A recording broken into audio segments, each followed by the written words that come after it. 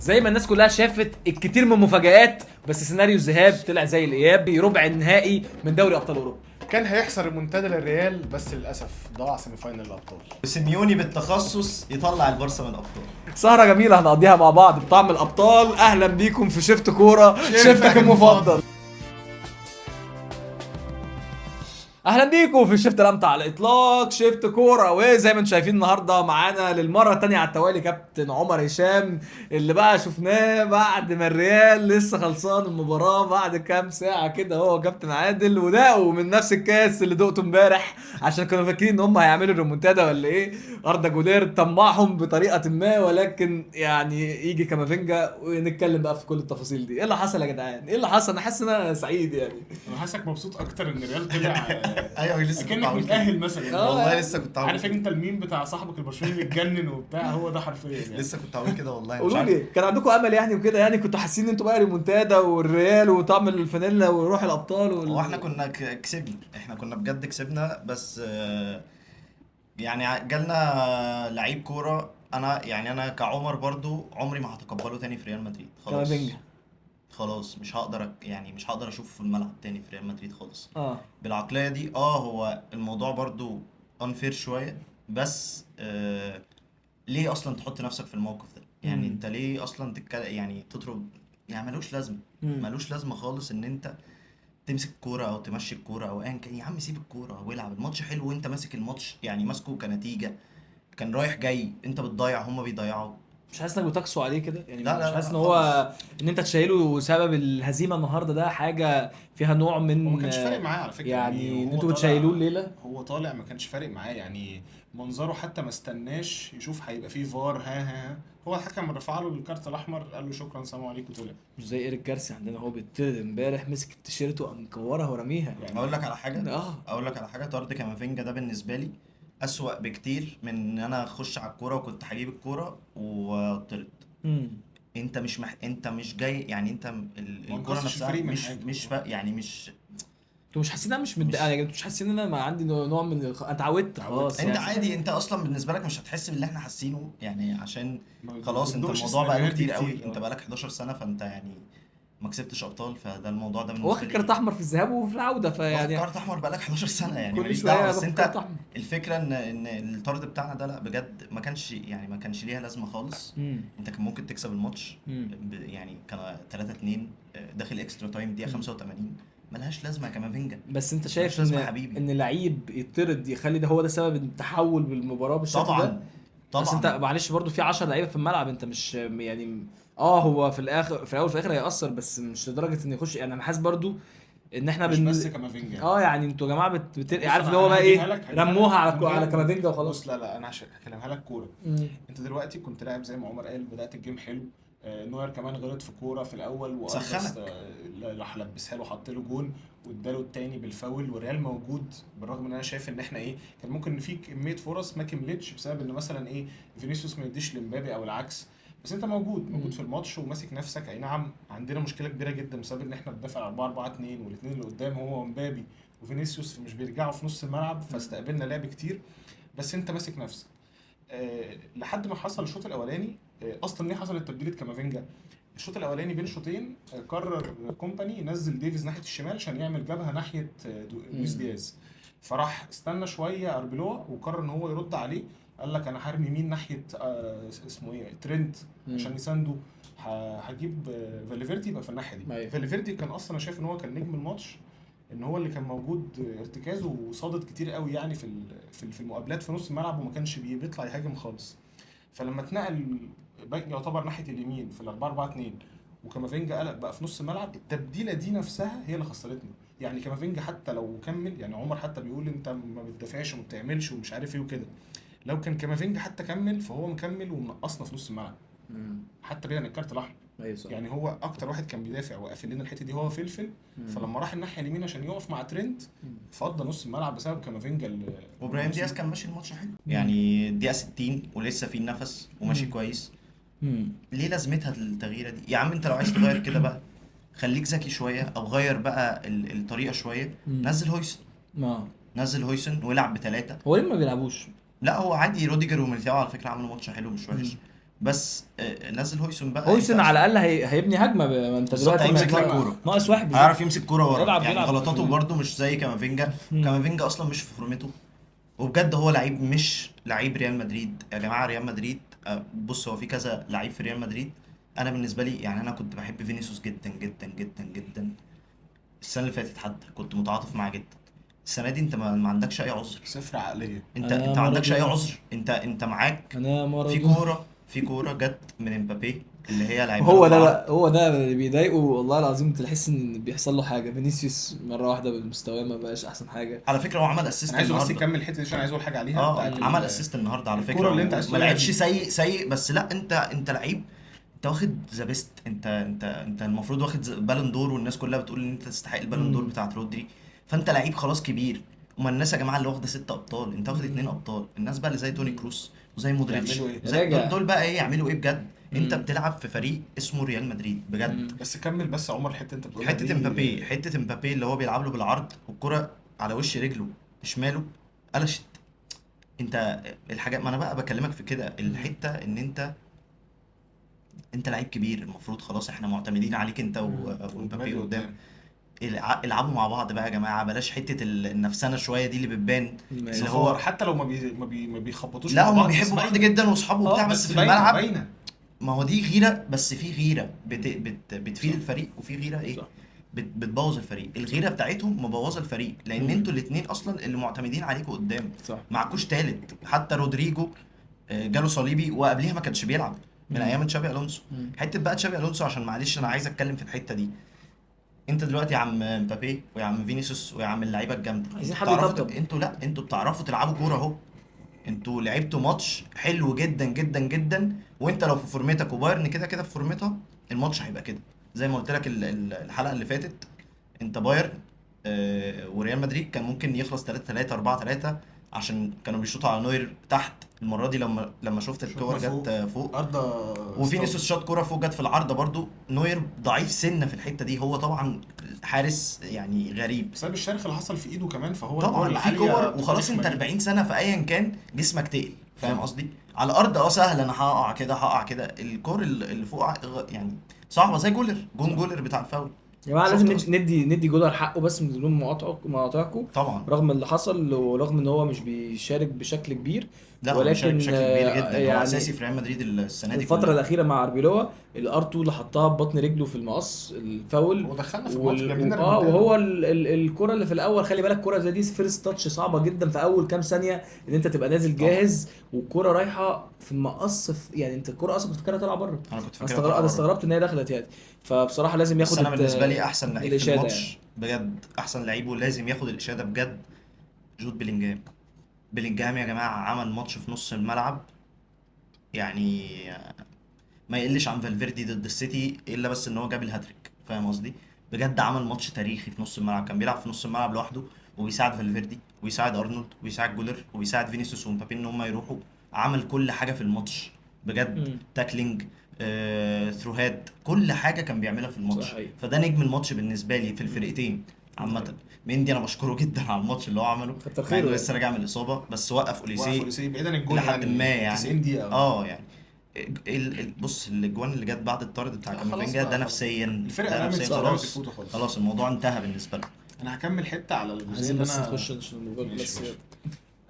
مش هقول بس الحتة دي وخلاص. ماشي. انا بس هختم بحاجه كان اصلا كنت بقول لعمر يكمل فيها موضوع فينيسيوس ومبابي. ان هي مش بس واقفه على حته ان هما الاثنين منافسين فضيعوا الكوره، ده ما بصاش لده ان ده بيخسرنا جوان وبتاع. هي واقفه على ان ايه دلوقتي الكوره ضاعت، فايه اللقطه اللي بتحصل؟ الاثنين ده متضايق من التاني ان انت ما بصيتليش، او انا رحت لوحدي فما اديتكش فضاعت، فالكوره بتترد علينا. فبص بقى المنظر، الاثنين راجعين بيتمشوا، ده بيعدل الشنكار، ده مش عارف ايه، ده عمال يضرب كف في كف، فسايبين نص الملعب يقابل لوحده. ونص الملعب بتاعنا احنا ما عندناش ارتكاز، ما عندناش واحد سي دي ام شاوميني ولا اه. انا كازيميرو. بس عايز اقول حاجه معلش برضو قبل ما نقفل حوار ريال مدريد وبايرن على تشابي الونسو، عشان أنا كنت اقول حاجه مهمه جدا عن موضوع اربلو وتشابي الونسو. اربلو كده كده برضو مدرب صغير لسه. هو الناس فاكره ان هو زيدان، لا هو مش زيدان. هو محدش زي زيدان، كده كده هيجي يعمل الطفره اللي عملها وثلاثه ابطال ورا بعض والكلام ده. بس حته تشابي الونسو اللعيبه ساعات يعني لما بيقول لك انا كان بيقعد ساعتين محاضره يا عم تقعد ساعتين محاضره ساعتين محاضره كل 3 تسمع ايام كلام المدرب. يا عم عشان في حاجات زي ما بقول لك بجد والله، في حاجات تشابي الونسو كان عايز ينفذها، اللي هو بيحفظهم اللعيبه اللي قدامهم بتعمل ايه. يا عم مش عايز تقعد المحاضرات، اربلو جالك اتفرج على اي حاجه، لا، شوف ما اي هو حد قبل اللعيب هو- بتاعه قبل بيعمل هو ايه. مش بيدي محاضرات، هو ايوه دايما بيطلع يقول افتح المدرب انت بتاع نادي كلاعب، اللعيبة افتح بس. انت كلاعب اي حاجه يا عم، افتح يوتيوب يا عم اتفرج علينا يعني اتفرج علينا فاهم، لا، اي لا، حاجه. حته الونسو احنا الونسو كنا دي بنلعب هي بيد، لغت. كان عندنا مدربين بتدينا ب5-6 ساعات محاضرات والله العظيم. يا عم مبابي او فينيسيوس يفتحوا القناه بتاعتنا شيفت كوره ويشوفوا إيه، كلام. يعملوا هو سبسكرايب. المشكله بالمناسبه دي يا جماعه ما تنسوش تعملوا لايك وكومنت وسبسكرايب. كفايه كده كلام قوي في المباراه الاولى بين البايرن والريال مدريد، ونرجع بقى قبلها بيوم كده للوكسه اللي قبلها واتلتيكو مدريد وبرشلونه اللي خلص 2-1. انا مش عايز اتكلم فيها كوكسه مع ان انا بشجع ريال مدريد، بس انا بحسدكم على حاجه واحده. ايه بقى؟ شوف بقى، انا حاسس ان انا قاعد في كرسي تحسدنا على الاهلاوي. ايه اللي أنا لسه هقول لك. ايه اللي نتحسد انا حاسس ان عليه؟ انا دلوقتي قاعد في الكرسي الاهلاوي اللي باصص على الزمالك. احنا الزمالك دلوقتي. هقول لك والله بحسدكم على ايه. اه دلوقتي هختصر لك الصوره بسرعه. برشلونه لعبت بال11 بتوعها في الماتش اللي في الدوري اللي بين الجولتين، كسبت 4-1، ضمنت 3 نقط مع انها متقدمه في الريال اصلا في الجدول. الماتش الاولاني الماتش الذهاب برشلونه مطرود منها لعيب شوط كامل. الماتش الثاني في اخر ربع او تلت ساعه في اهم وقت برشلونه عايز تعمل كومباك بره ملعبها في المتروبوليتانو، مطرود لعيب وعايزه ترجع ومتاخره في النتيجه.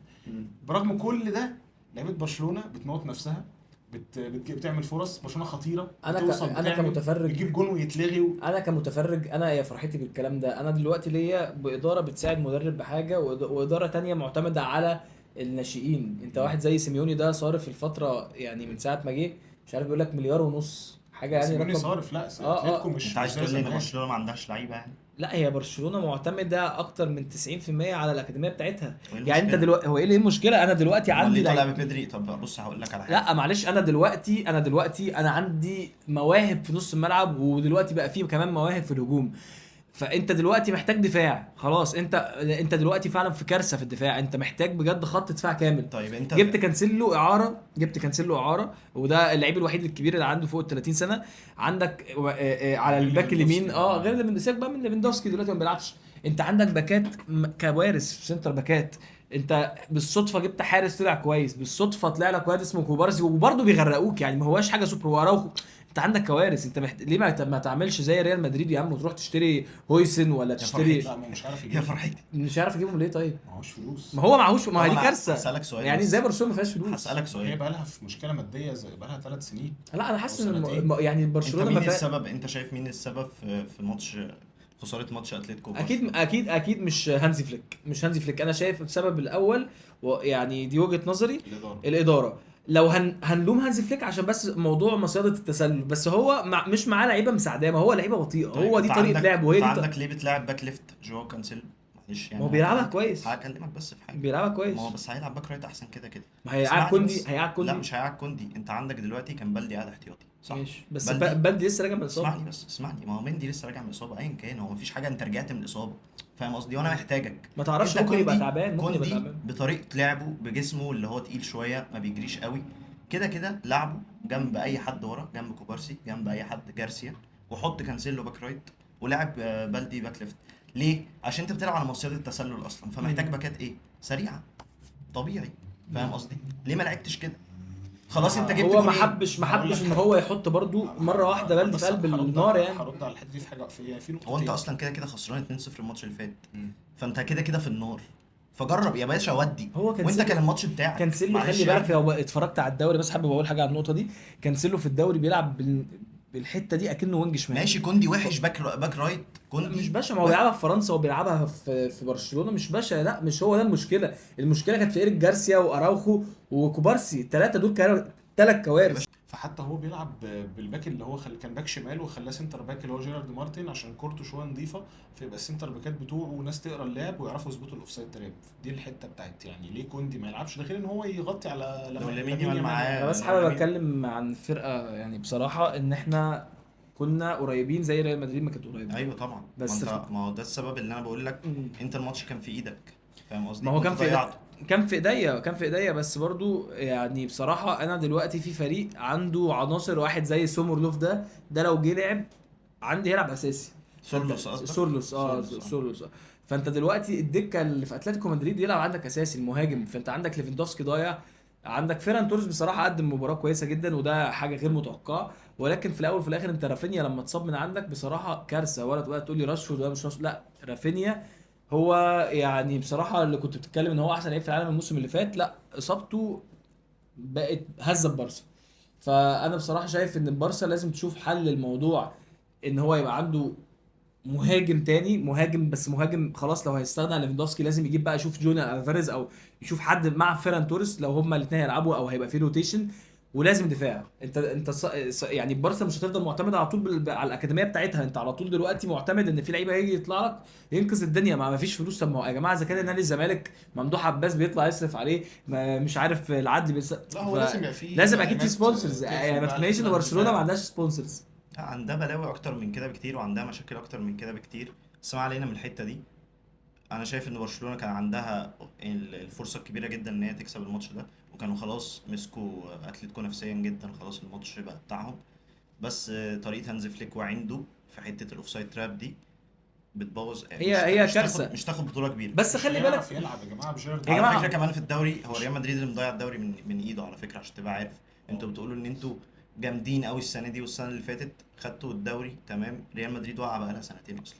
مش فاهم مشكلتي قصدي؟ ان انا جامد، لا انت مش جامد. انا انت مش جامد، جامد. فين جامد؟ مش مشكلتي ان انا جامد. هو برشلونه كانت جامد خير خد الدنيا ايه؟ بصراحه. حتة سيدة 11 سنه على حته سيد التوالي. عبد الحفيظ دي. 11 سنه ما خدتش دوري ابطال اوروبا، دي كارثه. بس احنا مع المشاكل اللي حاصله في برشلونه دي بقالنا 3 سنين بنخسر دوري، ودي ما احنا برضو في كارثه. بص انا ما بقولش عليها إن انا إحنا مش شايف في ان كارثة. بصراحه بس هي بقول لك اللي مضيع الدوري مين؟ ريال مدريد، اه بالاخص ريال مدريد. مش احنا كنا كسبانين فرق 7 نقط، 7 نقط بقوا العكس خلاص شكرا. فاهم قصدي؟ بصراحه انا شايف ان الفرقتين مش في افضل حالاتهم طبعا. ولو هنتكلم بقى ان هم الفرقتين اوحش من بعض بصراحه، وعشان كده هم الاثنين خرجوا. فعارف اللي هو ايه، واحد بيعرف تعايرني ولا عايرك، الهم هيطيلني هي وطايلك. عيان وميت. عيان وميت. يعني انا شايف بس بلاش في ماتش بقى هنتفرج عليه مهم ان هو اه. جامد جدا، بايرن وباريس. وماتش اتلتيكو بقى هتكسب ارسنال عشان تبقى عارفين تقطيع الموضوع. شرايين بقى، اتلتيكو وارسنال ده لا، الناس أتلتيكو الناس اللي هتكسب. بتحب تكفر عن سيئاتها تتفرج على المباراه دي هتتبسط قوي. ده ماتش هيبقى حلو برضه اه وهيبقى تكتيكي قوي. بس بايرن وباريس كوره بس. بحته بقى، كوره. طريقتين لعب، وده أيوة. احسن فرقتين السنه دي من بس حيث التكتيك. هو اللي هيكسب الماتش ده اللي هياخد الفاينل، يعني اللي هياخد تشامبيونز ليج عشان تبقى عارفين. وسيميوني قطع شرايينه. ايوه. كفايه كده كلام قوي في حلقه النهارده اللي مليانه باحداث كتيره ليها علاقه بدوري ابطال اوروبا وربع النهائي، وخلاص دخلنا في مرحله نص النهائي وزي لسه ما اتكلمنا. هنقول بس حاجه سريعه كده قبل ما نقفل الحلقه، توقعات السيمي فاينل. بالنسبه للتوقعات انا جبت 4 من 4. جبت 4 من 4. اه الف سلامه. انت كام؟ لا مش عارف بس تلاتة. 2 تقريبا. انا 3. انا ارسنال قلت برشلونة هتكسب بس واتلتيكو، انا قلت ارسنال وقلت ريال بايرن مدريد، وقلت برشلونه هي دي اللي وقلت جت، ليفربول مش باريس، وقلت باريس. انا قلت 3، انت قلت 2. بس سلوت 2 ليه 3 رأي 4. تاني. طب زي الفل.